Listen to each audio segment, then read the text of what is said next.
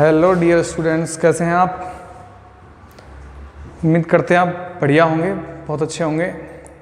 Success मंत्रा के YouTube channel में आपका स्वागत है। तो लास्ट कैलेंडर पे हम चल रहे थे, लास्ट जो हमने पढ़ाया था लास्ट वीडियो में, तो इंट्रोडक्शन पढ़ाया था हमने लास्ट वीडियो में। अभी हम जो बात करेंगे इस कैलेंडर पे वो इंट्रोडक्शन से आगे की बात करने वाले हैं। तो जो लास्ट वीडियो जिन स्टूडेंट ने नहीं पढ़ा वो लास्ट को एक बार जरूर देख लें, क्योंकि सारी चीज़ें वहीं से कनेक्ट होती हैं, वहीं से लिंक होंगी, तो वहीं से लिंक होंगी, धीरे धीरे चलती रहेंगी। तो उस वीडियो को देखना ना भूलें, उसको पहले देखें, उसी में हम आगे की तरफ चलते हैं कैलेंडर में। तो लास्ट में जो हमने बात करी थी, तो लास्ट में हमने दोनों वर्षों पे बात करी, साधारण वर्ष पे और लीप वर्ष पे, कि 2 वर्ष होते हैं तो 2 वर्ष ही क्यों बने, तीसरा वर्ष क्यों नहीं बना, उस पर हमने बात करी। और हमने बात करी कि 400 वर्षों में कितने लीप वर्ष होते हैं, हमने इस पे बात करी। हमने वहाँ शक संवत पे बात करी कि राष्ट्रीय कैलेंडर के अनुसार कौन सा वर्ष चल रहा है। हमने वहाँ बात करी कि विक्रमी संवत के अनुसार कौन सा वर्ष चल रहा है। इसी तरह से हमने बहुत सारे क्वेश्चंस वहाँ पे डिस्कस करे, ठीक है। तो हमने लास्ट में डिस्कस करा कि 400 वर्षों में 29 तारीख कितनी बार आता है। तो 400 वर्षों में जो 29 तारीख वाला कॉन्सेप्ट है, कितनी बार आएगा, वो पूरा हमने डिस्कस वहाँ पे करा। तो चलिए अब हम बात करते हैं थोड़ा सा वहाँ से आगे, और वहाँ से आगे थोड़ा सा हम बात करेंगे। तो हमारा अगला क्वेश्चन ये होगा कि एक साधारण वर्ष में ऐसे कितने दिन होते हैं जो अधिकतम 53 बार आएंगे। क्वेश्चन ये होगा कि एक साधारण वर्ष में ऐसे कितने दिन होते हैं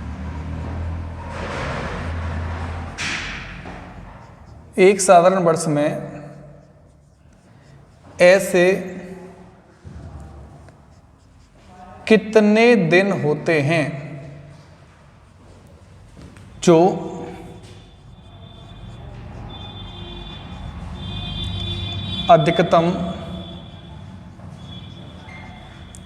53 बार आएंगे।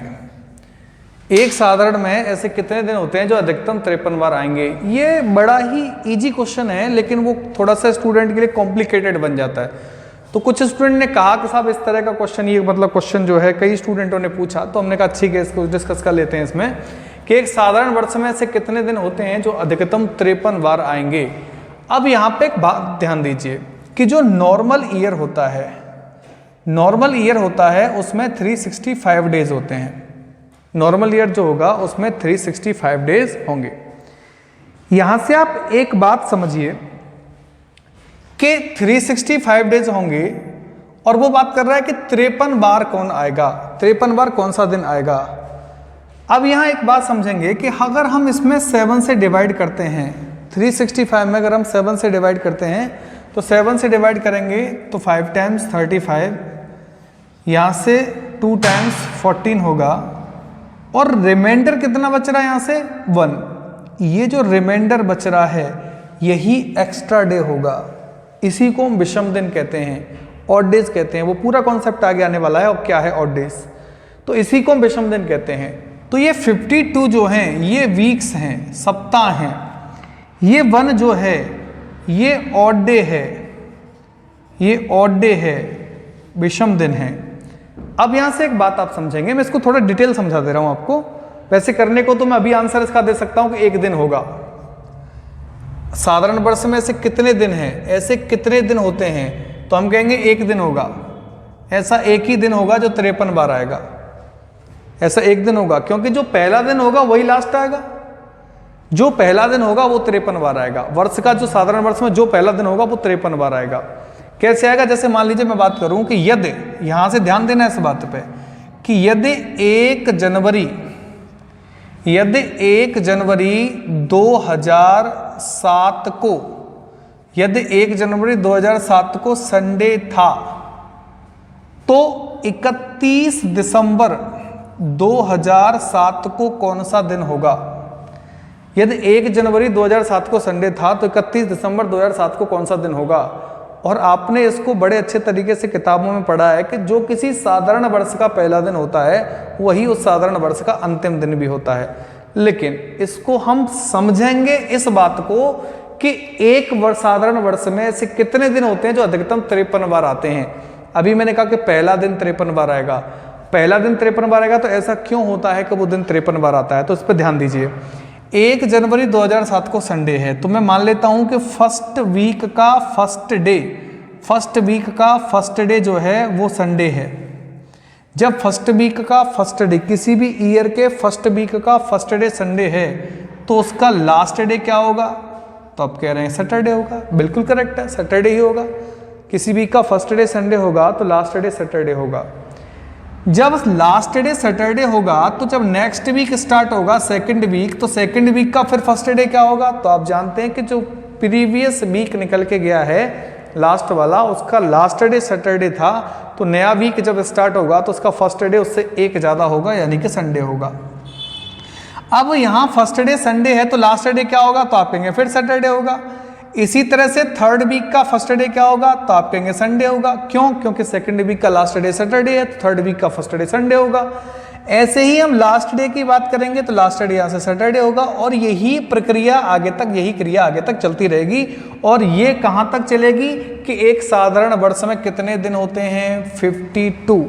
एक साधारण वर्ष में 52 सप्ताह होते हैं। तो यही काम जो है 52 वीक्स तक चलेगा। 52 वीक जो है, 52 वीक का फर्स्ट डे जो होगा वो संडे होगा, और 52 वीक का लास्ट डे जो होगा वो सैटरडे होगा। अब आप जानते हैं कि 52 वीक का लास्ट डे का मतलब क्या है? 52 × 7। 52 वीक का लास्ट डे का मतलब होता है 52 × 7 करेंगे तो 7, 14, 4, 1, 7, 35 और 1, 36, 364। कहने का मतलब ये है कि ये जो सैटरडे है वो 364वां दिन है। अब ये सैटरडे 364वां दिन है, तो फिर संडे की हम बात करेंगे तो 365वां दिन क्या होगा? 365वां दिन क्या होगा? संडे। तो कहने का मतलब ये है कि जो पहला दिन है वही अंतिम दिन है, और बाकी के जितने दिन हैं वो कितनी बार आए? 52 बार। बाकी के जितने दिन हैं वो सब 52 बार आए। कहने का मतलब ये संडे भी 52 बार आया, मंडे भी 52 बार आएगा, Tuesday, Wednesday, Thursday, Friday, Saturday, ये सब 52 टाइम्स आएंगे। लेकिन उसके बाद में एक जो एक्स्ट्रा डे होगा वो संडे फिर रिपीट करेगा। कहने का मतलब यह है कि 53 बार जो आया वो दिन होगा जो उस वर्ष का पहला दिन होगा। यहाँ पे ये नहीं पूछ रहा वो कौन सा दिन होगा, उसने कहा है कि ऐसे कितने दिन होते हैं, तो हम इसका आंसर देंगे ऐसा एक दिन होता है जो 53 बार आता है। ठीक है, चलिए इसको नोट करिए, हम आगे बढ़ते हैं।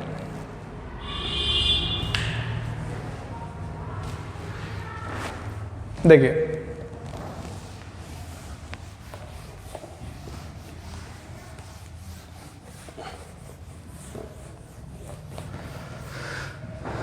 अब ध्यान दीजिए अगला क्वेश्चन कि 400 वर्षों में 28 तारीख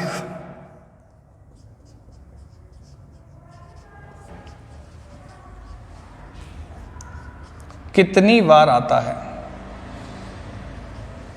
400 वर्षों में 28 तारीख कितनी बार आता है? समझ रहे हैं बात को? तो यहां से वो बात कर रहा है कि 400 वर्षों में जो 28 तारीख है वो कितनी बार आएगा। अब यहां आप एक बात समझिए कि एक साल में 28 तारीख कितनी बार आएगा? तो आप कहेंगे 12 बार आएगा, क्योंकि 28 तारीख तो जनवरी में भी आता है और फरवरी में भी आता है। लास्ट जो हमने बात करी थी वो ये थी कि 400 वर्षों में 29 तारीख कितनी बार आता है। अभी हम बात कर रहे हैं कि 400 वर्षों में 28 तारीख कितनी बार आता है, लेकिन 29 तारीख जो है वो प्रत्येक चौथे वर्ष था। जो लास्ट हमने क्लास में डिस्कस करा वो चौथे वर्ष आता था 29 तारीख, लेकिन 28 तारीख तो प्रत्येक वर्ष आएगा, यानी फरवरी में 28 तारीख प्रत्येक वर्ष आएगा, वहाँ 29 तारीख प्रत्येक चौथे वर्ष आता था, तो वहाँ प्रॉब्लम आ रही थी। यहाँ पे कोई प्रॉब्लम नहीं है कि 28 तारीख प्रत्येक महीने में एक साल में हर बार आएगा। समझ पा रहे हैं?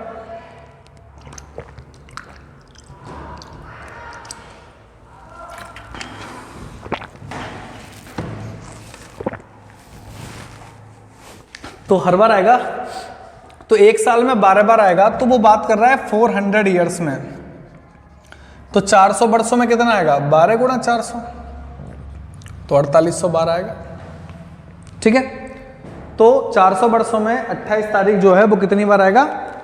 4800 बार आएगा। ऐसे ही बिल्कुल इसी तरह से हम एक और काम करते हैं कि 400 वर्षों में 400 वर्षों में ये 28 तारीख की जगह पे हम बात करें कि 30 तारीख, 400 वर्षों में 30 तारीख कितनी बार आएगा। अब यहां पर ध्यान दीजिए, ये बहुत ही बेसिक क्वेश्चंस हैं, ये बहुत ही छोटे क्वेश्चंस हैं, बहुत ही बेसिक क्वेश्चंस हैं, इनको पहले हम डिस्कस कर ले रहे हैं। इसके बाद हम फिर आगे धीरे धीरे हम एडवांस की तरफ बढ़ते चले जाएंगे, हर चीज़ को समझेंगे, हर चीज़ को सीखेंगे, बहुत ही आराम से, बहुत ही धीरे धीरे, पूरा डिटेल्ड कॉन्सेप्ट और शॉर्ट कॉन्सेप्ट के साथ। डिटेल्ड भी कॉन्सेप्ट सीखने वाले हैं, शॉर्ट कॉन्सेप्ट भी सीखने वाले हैं, आराम से करेंगे, पूरे सुकून से, कोई दिक्कत वाली बात नहीं है। 400 वर्षों में 30 तारीख कितनी बार आता है? तो 400 वर्षों में 30 तारीख की हम बात करेंगे तो आप जानते हैं कि एक साल में 30 तारीख जो है वो 11 बार आता है। क्यों? क्योंकि 30 तारीख फरवरी में तो आता ही नहीं है, तो एक साल में केवल 11 बार आता है। एक साल में 11 बार आता है तो बात वही हो गई 400 ईयर्स में। 400 वर्षों में कितना आएगा कि 11 गुणा 400, तो हो जाएगा 4400 बार। तो 400 वर्षों में 30 तारीख कितनी बार आएगा? 4400 बार आएगा। समझ रहे हैं बात को? तो अब इसी तरीके से धीरे धीरे क्वेश्चन जो हैं वो क्लियर होते चले जाएंगे। अब हम बात करते हैं अगले नेक्स्ट क्वेश्चन पे। तो आप देखिए कैलेंडर में उस तरह का क्वेश्चन कैसे पूछा जाता है। चलिए, तो यहां से आप डाल दीजिए, हम टाइप वाइज पढ़ने की कोशिश करेंगे, लेकिन टाइप में क्या है कि बहुत सारे क्वेश्चंस होते हैं, तो आप अलग अलग क्वेश्चन को बस समझते चलेंगे। मैं टाइप नहीं डालूंगा उस पर, बस आप धीरे धीरे समझते चलेंगे। अलग तरीके का क्वेश्चन है, और क्वेश्चन इस तरीके से है कि वर्ष 2017 का कैलेंडर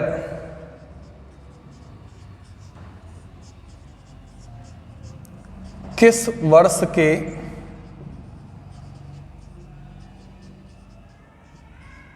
कैलेंडर के समान होगा? समझ रहे? तो वर्ष 2017 का जो कैलेंडर है वो किस वर्ष के कैलेंडर के समान होगा। ऐसे ही मैं बात करूं कि वर्ष 1882 का कैलेंडर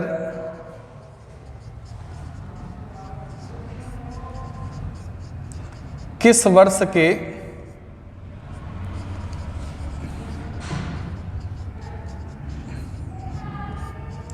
कैलेंडर के समान होगा। ऐसे ही मैं बात करूं कि वर्ष 2016 का कैलेंडर किस वर्ष के कैलेंडर के समान होगा। तो धीरे धीरे आप इन क्वेश्चन को समझते चलेंगे, मैं इसको डिटेल शॉर्ट दोनों तरीके से आपको बताऊंगा। अब यहां से एक बात आप समझेंगे, इसको पहले मैं आपको शॉर्ट बता दे रहा हूं, फिर हम डिटेल की तरफ चलेंगे। शॉर्ट में क्या करेंगे, बहुत ईजी है, इसको हर जगह मिलेगा, ऐसा कोई स्पेशल नहीं है कि मैं आपको उसको स्पेशल पढ़ा रहा हूं, लेकिन हाँ मैं उसका जो डिटेल समझाऊंगा उसको बड़े ध्यान से समझना है, वो स्पेशल होगा।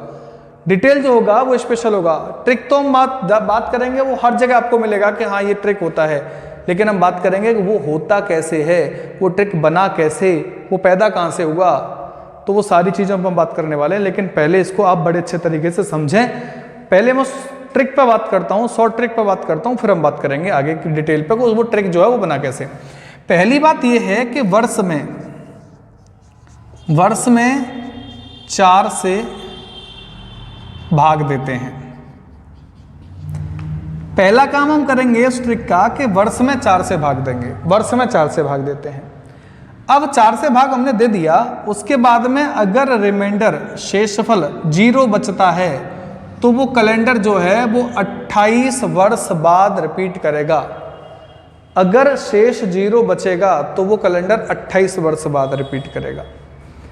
अगर शेष 1 बचता है, रिमाइंडर 1 बचेगा, तो कैलेंडर जो है वो 6 वर्ष बाद रिपीट करेगा। अगर शेष 2 या 3 बचते हैं तो वो कैलेंडर जो है वो 11 वर्ष बाद रिपीट करेगा।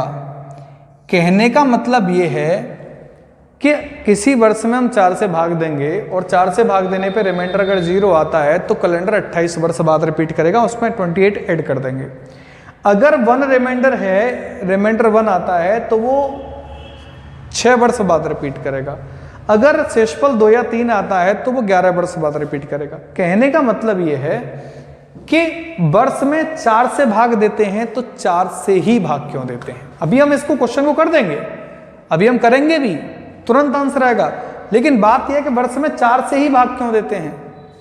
और अगर शेष 0 बचता है तो कैलेंडर 28 वर्ष बाद ही रिपीट क्यों करता है। और अगर शेष 1 बचता है तो कैलेंडर 6 वर्ष बाद ही क्यों रिपीट करता है। और शेष अगर 2 या 3 बचता है तो कैलेंडर 11 वर्ष बाद ही क्यों रिपीट करता है। तो ट्रिक तो हमें पता है, लेकिन इसको बहुत ज्यादा हम डिटेल्ड समझने वाले हैं जिससे कि कभी कोई प्रॉब्लम आपको आए ही ना। एक बार आप इसको पढ़ लें तो उसके बाद में कोई दिक्कत ही ना हो। ठीक है, तो समझिए अच्छे से। पहले हम इसको डायरेक्ट करते हैं, फिर हम इसके डिटेल पे आएंगे। हमने पहला क्वेश्चन करा कि 2017 का कैलेंडर किस वर्ष के कैलेंडर जैसा होगा। अच्छा, एक प्रॉब्लम इसमें और आती है बहुत गजब वाली। वो प्रॉब्लम क्या है, कुछ स्टूडेंट जो हैं वो कहेंगे कि साहब ये बता दो कि शेष अगर 4 से ऊपर बच जाए तो, 4 बच जाए, 5 बच जाए, 6 बच जाए तो क्या करेंगे। ऐसी कंडीशन में वो स्टूडेंट एक बात को ध्यान रखें, अगर किसी के दिमाग में चल रहा हो कि यहाँ तो आपने 2 या 3 ही रिमाइंडर तक लाके छोड़ दिया, अगर रिमाइंडर 3 से ऊपर चला जाता है तो क्या करेंगे। तो ध्यान दीजिए, हम डिवाइड किससे कर रहे हैं, 4 से। और कभी भी रिमाइंडर डिवाइजर से छोटा नहीं होता। 4 से भाग दे रहे हैं तो शेषफल 4 से छोटा ही आएगा, बड़ा नहीं आ सकता। तो या तो रिमाइंडर 1 0 बचेगा, या 1 बचेगा, या 2 बचेगा, 3 बचेगा। वो सारी कंडीशंस मैंने आपको बता दी हैं। अब यहाँ ध्यान दीजिए, 2017 का कैलेंडर किस वर्ष के कैलेंडर जैसा होगा। अब इस ट्रिक के आधार पर हम इसको डायरेक्ट कैसे कर पाएंगे, उसको समझिए। 2017 हमने क्या काम करा कि वर्ष में 4 से भाग देते हैं। अब आपको पूरे वर्ष में 4 से भाग देने की जरूरत नहीं है। आप इसमें 4 से भाग पूरे में ना दें, कंप्लीट में। क्यों ना देंगे, क्योंकि अभी सर आपको रिमाइंडर थ्योरम स्टार्ट करेंगे, या स्टार्ट आप वो कर दिया होगा उन्होंने। तो जब सर रिमाइंडर थ्योरम आपको पढ़ाएंगे अमित सर, तो उस टाइम पे वो आपको सारी कंडीशंस बता देंगे कि 4 का डिविजिबिलिटी रूल्स क्या हैं। वो सारी कंडीशन आपको बता देंगे। मैं तो बस छोटा सा आपको बता देता हूं कि किसी संख्या में अगर 4 से डिवाइड करना ही है तो कंप्लीट नंबर में क्यों करेंगे, लास्ट के 2 डिजिट में करेंगे। लास्ट के 2 डिजिट में 4 से डिवाइड करा जाए और वो कंप्लीट नंबर में करा जाए, तो जो रिमाइंडर 4 का कंप्लीट नंबर में डिवाइड करने पाता है वही रिमाइंडर लास्ट के 2 डिजिट में भी रिमाइंडर डिवाइड करने पाता है। ऐसा क्यों होता है, क्या है, वो डिटेल में आप उसी जगह पढ़ेंगे, वो आपको पढ़ाएंगे बड़े अच्छे तरीके से। तो 2017 का जो कैलेंडर है, 2017 का कैलेंडर है, वो कब रिपीट करेगा, क्या होगा, वो सारी चीजें हम बात करेंगे अभी। तो सबसे पहला काम है, हम इसमें 4 से डिवाइड करेंगे। हम इस वर्ष में हम 4 से भाग देंगे, और जब इसमें हम 4 से भाग देंगे तो यहाँ पे एक बात ध्यान दीजिए कि हमने 17 में भाग देना है 4 से। 4 4 16, कितना बच रहा है यहाँ से, 1 बच रहा है। 4 4 16, यहाँ से कितना बच रहा है, 1 बच रहा है। जब यहाँ से 1 बच रहा है तो जब रिमाइंडर 1 आएगा तो हम कितने वर्ष बाद रिपीट करना है, कि 6 वर्ष बाद रिपीट करना है। और 6 वर्ष बाद रिपीट करना है तो 2017 में 6 ऐड करेंगे तो कितना आएगा, 2023, 2023। 2017 का कैलेंडर कब रिपीट करेगा, कि 2023 से रिपीट करेगा। तो कहने का मतलब ये है कि अगर रिमाइंडर 1 बच गया तो हम सीधा सीधा 6 वर्ष बाद उसको रिपीट कर देंगे। सेकंड क्वेश्चन ये था, अब पहले क्वेश्चन का आंसर आपको मिल गया। सेकंड क्वेश्चन था कि 1882 का कैलेंडर किस वर्ष के कैलेंडर के समान होगा। तो 1882, तो हम क्या करेंगे कि 82 में हम डिवाइड यहाँ 4 से करेंगे। हम 1882 में नहीं करेंगे, 1882 में नहीं करेंगे, हम केवल 82 में करेंगे। और 4 का डिवाइड करेंगे तो 4 से कितनी बार कटेगा, यहाँ से 2 बार।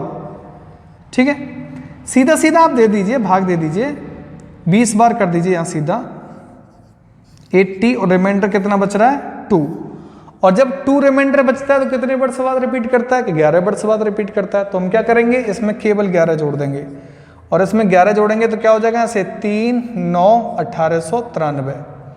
कहने का मतलब ये 1882 का कैलेंडर 1893 के कैलेंडर जैसा होगा। ठीक है, अब हम बात करेंगे तीसरे क्वेश्चन पे कि 2016 का कैलेंडर किस वर्ष में रिपीट करेगा। 2016 का कैलेंडर किस वर्ष में रिपीट करेगा।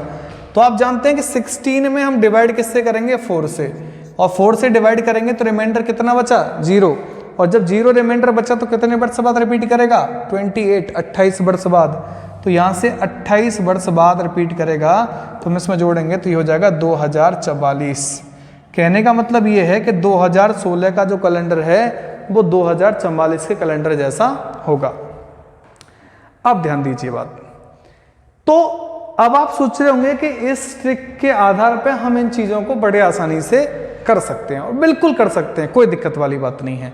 लेकिन कभी कभी कुछ ऐसी कंडीशंस बनती हैं जहां आप जो है ट्रिक से नहीं कर सकते, आपको प्रॉपर कॉन्सेप्ट पे जाना पड़ता है। प्रॉपर कॉन्सेप्ट पे जाना पड़ता है, जैसे मान लीजिए मैं बात करता कि 1897 का कैलेंडर कब रिपीट करेगा, तो वहां आप इस ट्रिक से करते तो वहां गलती हो जाएगी, वहां गलत हो जाएगा, तो वहां आपको कॉन्सेप्ट पे जाना पड़ेगा, उस ट्रिक से आधार पे नहीं जा सकते। अगर ट्रिक से आप करेंगे भी तो कुछ चीजें बदलाव आ जाएगा उसमें, तो वो क्या बदलाव आएगा, कैसे हम उसको डिटेल जाएंगे। तो बदलाव वाली चीजों को हटाइए, डायरेक्ट आप डिटेल जाइए, डिटेल से ही कर सकते हैं बड़े आराम से। यानी क्वेश्चन को हमें सही करना है, केवल जल्दी पे ध्यान नहीं देना कि जल्दी कर दिया वो गलत हो गया, जल्दी पे ध्यान नहीं देना, क्वेश्चन को करना है और सही भी करना है। तो कुछ चीजें जो नहीं काम कर रही हैं ट्रिक्स जल्दी में, तो आप उसको कॉन्सेप्ट पे जाइए। यही रीजन होता है कि कॉन्सेप्ट भी आपको सीखना चाहिए, जिससे कोई क्वेश्चन आपका गलत ना हो। तो हम इस पे कॉन्सेप्ट पे भी बात करेंगे। कॉन्सेप्ट पे किस तरीके से हम यहाँ बात करने वाले हैं कि वही मैंने सबसे पहले आपको बताया कि वर्ष में 4 से भाग देंगे, तो 4 से ही भाग क्यों देंगे, पहली बात। शेष 0 बचता है तो 28 वर्ष बाद रिपीट करेगा, तो 28 वर्ष बाद ही क्यों रिपीट करेगा। शेष 1 बचता है तो 6 वर्ष बाद रिपीट करेगा, हम कहेंगे 6 वर्ष बाद ही क्यों रिपीट करेगा। अब यहां हमने बात करी कि 2016 का कैलेंडर कब रिपीट करेगा, तो बात हुई 2044 में रिपीट करेगा। लेकिन हम यहां पे बात करें कि 2016 का कैलेंडर जो है वो किस वर्ष के कैलेंडर जैसा होगा, जिसमें केवल उसका जनवरी का महीना, जनवरी का जो महीने का कैलेंडर है वही समान हो, बाकी का कोई मंथ जो है आगे समान ना हो।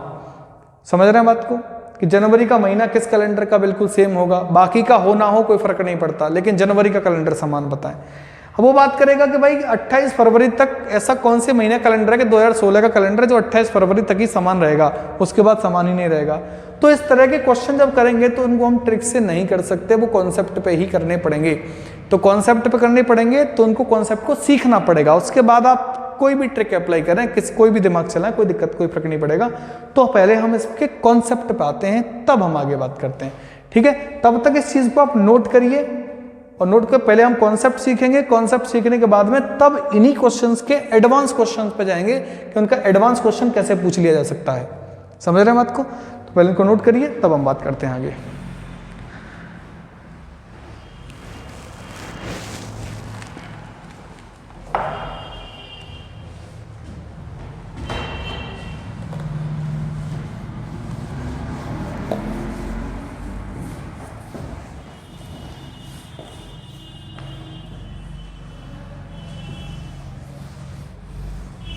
देखिए, हम यहाँ 3 पे बात करें तो 3 पे ही हम बात करेंगे, 2017, 1882 और 2016, इन्हीं 3 की बात करेंगे, 3 वर्षों की हम बात करेंगे।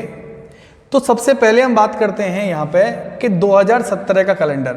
ठीक है, यहाँ से हम लेते हैं कि 2017 का जो कैलेंडर है वो कब रिपीट करेगा। ठीक है, डिटेल जाने पे हम बात करें कि 2017 का कैलेंडर कब रिपीट करेगा। तो यहां से ध्यान से समझिए कि जो नॉर्मल ईयर होता है, नॉर्मल ईयर जो होता है इसमें 1 ऑड डे होता है, और जो लीप ईयर जो होता है इसमें 2 ऑड डेज होते हैं। तो नॉर्मल ईयर में 1 ऑड डे होता है और लीप ईयर में 2 ऑड डेज होते हैं। तो पहली बात ये आती है कि 1 ऑड डे क्यों होता है, उसमें 2 ऑड डेज क्यों होते हैं। वो हम आपको आगे सारी चीज़ें क्लियर करेंगे। पहले आप यहाँ मान लीजिए कि हाँ नॉर्मल ईयर में 1 ऑड डे होता है, वो मैंने अभी लास्ट बताया अभी आपको, और लीप ईयर में 2 ऑड डेज होते हैं। वो एक बार समझ भी लेंगे तो कोई बड़ी बात नहीं है, क्योंकि नॉर्मल ईयर 365 डेज होते हैं। इसमें हम 7 का डिवाइड करेंगे 35 आएगा, 14 यहाँ आएगा 1, तो यहाँ पे 1 ऑड डे होगा और 52 वीक हो जाएंगे। ऐसे ही लीप ईयर जो है, जो आपको लीप ईयर दिख रहा है, लीप ईयर यानी कि 366 जो है, इसमें हम डिवाइड करेंगे यहाँ से 7 से, 7 5 35 होगा, और यहाँ जो है 1 6 2 टाइम्स 14, और यहाँ पे जो है 2 रिमाइंडर बचेगा, नहीं 2 ऑड डेज होगा। तो 7 से डिवाइड करने के बाद में जो रिमाइंडर बचता है असल में वही ऑड डेज होते हैं इसमें, और 52 जो है वो वीक हो जाएंगे।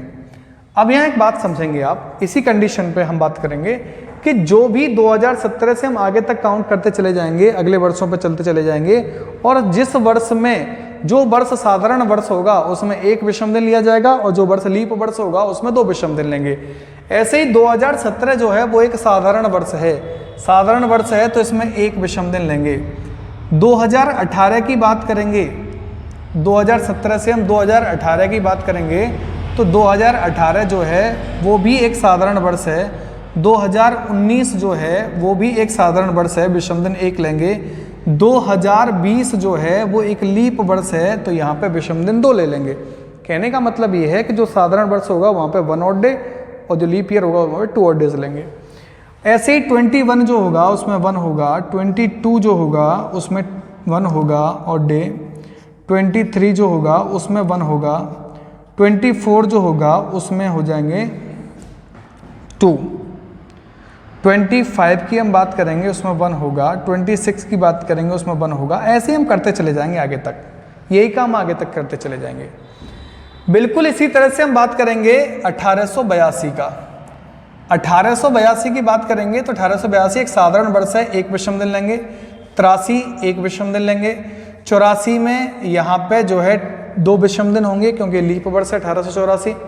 85 की हम बात करेंगे तो 1 होगा। 86 की बात करेंगे तो 1 विषम दिन होगा। 87 की बात करेंगे 1 होगा। 88 की बात करेंगे लीप है 2 विषम दिन लेंगे। 89 89 में 1 लेंगे, और ये जो है 90 में 1 लिया जाएगा। 91 में भी 1 लेंगे। 92 की बात करेंगे तो 2 और डेज हो जाएगा। बिल्कुल इसी तरह से 93 की बात करेंगे तो यहाँ पे 1 होगा। 94 की बात करेंगे तो 1 होगा। 95 की बात करेंगे 1 होगा। ऐसे ही हम आगे तक करते चले जाएंगे। समझ पा रहे हैं बात को? अभी तक सिर्फ हम ये बात कर रहे हैं कि जो एक साधारण वर्ष है उसमें 1 विषम दिन होगा और जो लीप वर्ष है उसमें 2 विषम दिन हो जाएंगे। अब बात को समझिए। ऐसे ही हम बात करेंगे 2016 की। ऐसे ही हम बात करेंगे 2016 की। थोड़ा सा लेंदी होगा तो बस ध्यान से समझते रहिए कि 2016 है, इसमें हम कितने विषम दिन लेंगे? 2 विषम दिन लेंगे क्योंकि लीप ईयर है। 17 की बात करेंगे तो 1 विषम दिन लेंगे। 18 की बात करेंगे 1 लेंगे। 19 में 1 लेंगे। 20 में यहाँ से 2 लेंगे। 21 में मैं जल्दी जल्दी लिख दे रहा हूँ यहाँ से, आप बस समझते रहिए, ध्यान से देखते रहिए, और समझ में एक बार ना आए तो दोबारा आप वीडियो देख सकते हैं, कोई दिक्कत नहीं है।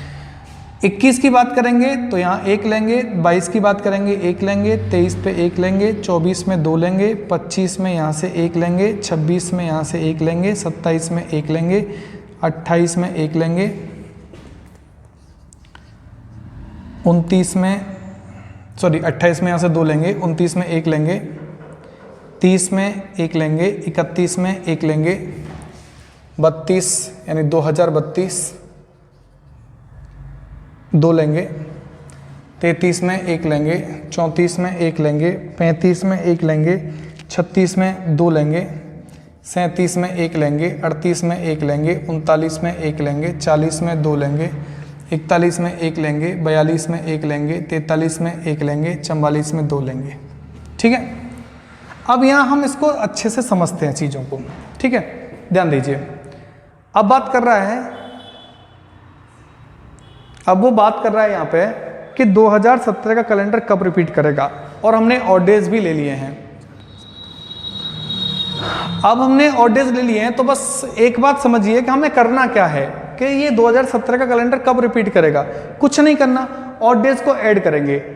1 2 3 4 5 6 7 और जहाँ 7 होगा, जैसे 7 कहाँ आ रहा है 22 पे, तो रिपीट कौन सा करेगा, उससे अगला वाला, यानी 2023। और डेज जो हैं, विषम दिन जो हैं, इन सबको ऐड करेंगे और ऐड करने के बाद जहाँ 7 हो जाएगा उससे अगला ही रिपीट करेगा।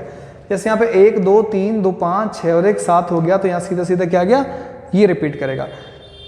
तो 7 के बाद में अगला जो वर्ष होगा वही रिपीट करता है। लेकिन प्रॉब्लम ये है कि बाय द वे यहाँ पे 1 की जगह पे 2 होता, अगर मैं यहाँ 2 कर देता तो 7 की जगह पे 8 हो जाता, और 8 होता तो फिर क्या करते, 7 तो होता ही नहीं, तो 7 होता ही नहीं। जैसे यहाँ पे हो रहा है कि 1 2 2 4 5 6 7 यहाँ पे जाके हो रहा है, ठीक है। तो 7 यहाँ पे जाके हो रहा है, तो रिपीट क्या करना चाहिए, ये रिपीट करना चाहिए 1888, लेकिन रिपीट नहीं करेगा। यहाँ पे आप बात करेंगे 1 2 2 4 5 6 और 1 7, रिपीट क्या हो रहा है, 7 से अगले वाला, लेकिन ये रिपीट नहीं करेगा। ऐसा क्यों होगा, क्योंकि 1882 जो है वो एक नॉर्मल ईयर है, और ये 1888 जो है वो एक लीप ईयर है। और आप जानते हैं कभी भी नॉर्मल ईयर का कैलेंडर लीप ईयर जैसा नहीं हो सकता। क्यों, क्योंकि नॉर्मल ईयर में 28 फरवरी के बाद में 1 मार्च आता है, और यहाँ 28 फरवरी के बाद में 29 फरवरी आएगा, यहाँ 1 मार्च आएगा और यहाँ 29 फरवरी आएगा, कैलेंडर मिसमैच कर जाएगा। यही रीज़न है कि ये दोनों कैलेंडर दोनों सेम नहीं होंगे। तो ये दोनों कैलेंडर सेम नहीं होंगे। तो अब ये इस कैलेंडर सेम नहीं होंगे तो हम आगे चेक करेंगे कि 2 3 4 5 और 2 7, तो 7 यहाँ पे हो गया, तो 7 यहाँ होने के बाद में क्या रिपीट कर रहा है, 93। तो इसका मतलब 1882 का कैलेंडर कब रिपीट करेगा, 1893 के कैलेंडर पे। जैसा कि अभी हमने आपको बताया भी था कि 82 में हम 4 का डिवाइड करेंगे तो 20 टाइम्स जाएगा, 20 टाइम्स जाएगा तो रिमाइंडर 2 बचेगा। तो 1882 में हम क्या 11 ऐड करेंगे तो कितना हो जाएगा, यहाँ से ये बनेगा 3 9 और 1893। तो वही तो हमने बात करी थी 1893 की, तो यहाँ 1893 तो रिपीट करेगा, क्योंकि 1882 का कैलेंडर 1888 में रिपीट करेगा ही नहीं, क्योंकि 1882 जो एक नॉर्मल ईयर है और 1888 लीप ईयर है, तो ये तो रिपीट करेगा ही नहीं। कोई नॉर्मल का कैलेंडर जो वो लीप जैसा हो ही नहीं सकता, और लीप जैसा नहीं होगा तो हम क्या करेंगे, अब लीप ईयर को हम आगे की तरफ बढ़ेंगे। तो लीप ईयर से बढ़ेंगे 2 3 4 5 और 2 7, 7 कहाँ हो रहा है 92 पे, तो अगला वाला रिपीट करेगा 93, और 93 इसलिए रिपीट करेगा, नॉर्मल ईयर का कैलेंडर नॉर्मल ईयर जैसा होगा, इसीलिए दोनों रिपीट करेंगे। समझ पा रहे हैं बात को। चलिए अब हम बात करेंगे 2016 की बात करेंगे। बिल्कुल इसी तरह से 2016 में हम ऐड करेंगे 2 और 1 3 4 5 और 2 7, 7 कहाँ हो रहा है इस जगह पे, तो रिपीट करना चाहिए 2021, लेकिन रिपीट नहीं करेगा। क्यों, क्योंकि 2016 एक नॉर्मल ईयर है और 2021 एक लीप ईयर है। तो कहने का मतलब ये है कि नॉर्मल ईयर का कैलेंडर लीप ईयर के कैलेंडर जैसा नहीं हो सकता। नॉर्मल ईयर का कैलेंडर